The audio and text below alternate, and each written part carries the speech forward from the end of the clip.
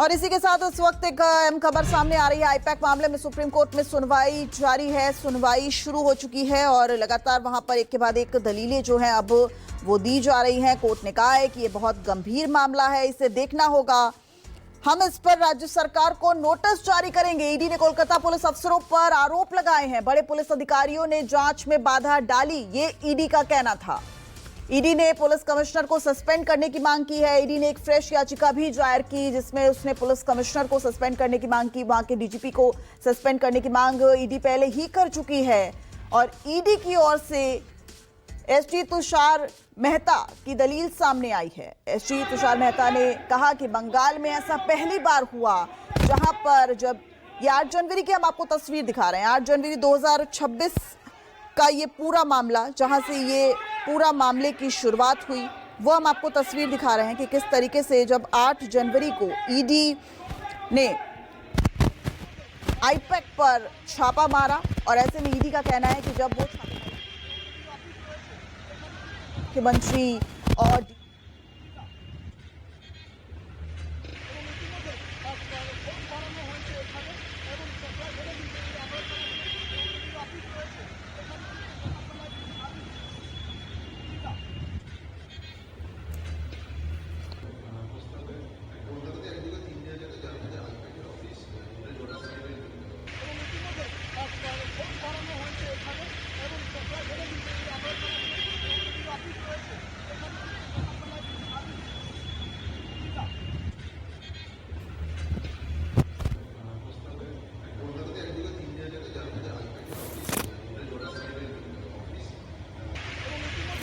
Hello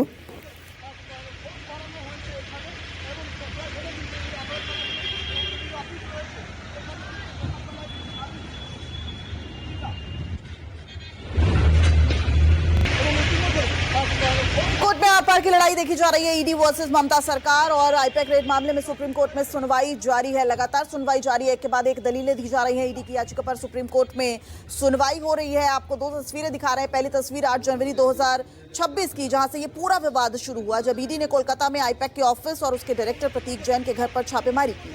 ये कार्रवाई लगभग 2742 करोड़ रुपए के कोयला चोरी घोटाले से जुड़े मनी लॉन्ड्रिंग मामले में थी। और ऐसे में ईडी का आरोप है कि छापेमारी के दौरान मुख्यमंत्री ममता बनर्जी खुद मौके पर पहुंची और डीजीपी राजीव कुमार के साथ पुलिस बल लेकर ईडी के अधिकारियों को काम करने से रोका, जांच में बाधा डाली। ये तमाम आरोप ईडी लगा रहा है और उसी को लेकर आज सुप्रीम कोर्ट ईडी पहुंचा। अब सुप्रीम कोर्ट ये कह रहा है कि यह गंभीर मामला है। अब ऐसे में क्या कुछ कार्रवाई होगी वो आने वाले वक्त में पता चलेगा। लेकिन ईडी की याचिका पर इस वक्त सुप्रीम कोर्ट में लगातार सुनवाई चल रही है। एक फ्रेश याचिका भी ईडी ने दायर की है जिसमें कहा गया है कि न सिर्फ डीजीपी राजीव कुमार बल्कि पुलिस कमिश्नर पर भी कार्रवाई होनी चाहिए।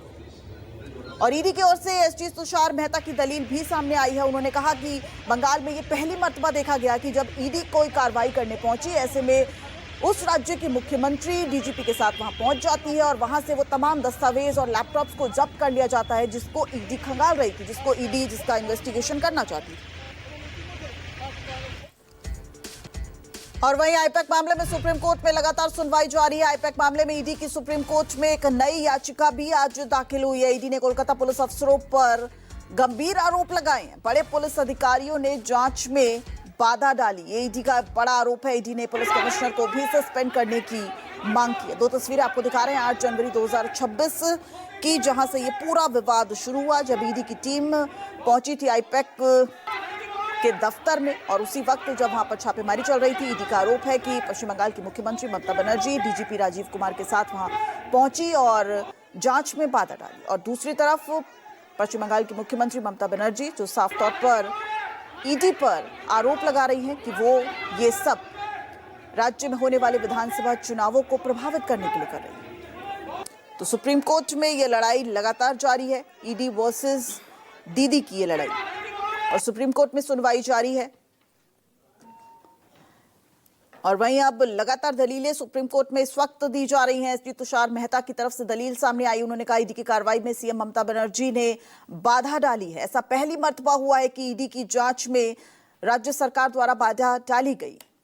तुषार मेहता ने कहा कि ईडी के एक अधिकारी का फोन तक छीना गया। काम में बाधा डालने वाले अधिकारियों को निलंबित करें। तो सुप्रीम कोर्ट में लगातार ये सुनवाई चल रही है, थोड़ी ही देर में फैसला सामने आएगा। इससे पहले कोलकाता हाईकोर्ट में भी सुनवाई हुई है और अब मामला सुप्रीम कोर्ट पहुंच गया है। ईडी की तरफ से ये याचिका दायर की गई है, डीजीपी राजीव कुमार को निलंबित किया जाए, ईडी की तरफ से ये कहा गया है। साथ ही साथ एक फ्रेश याचिका में ईडी ने कोलकाता के पुलिस कमिश्नर को भी निलंबित करने की मांग की है। तो ईडी का लगातार आरोप है कि कानून की अवमानना और गंभीर अपराध। वहीं सुप्रीम कोर्ट में लगातार सुनवाई जारी है। सुप्रीम कोर्ट ने कहा है कि ये गंभीर मामला है।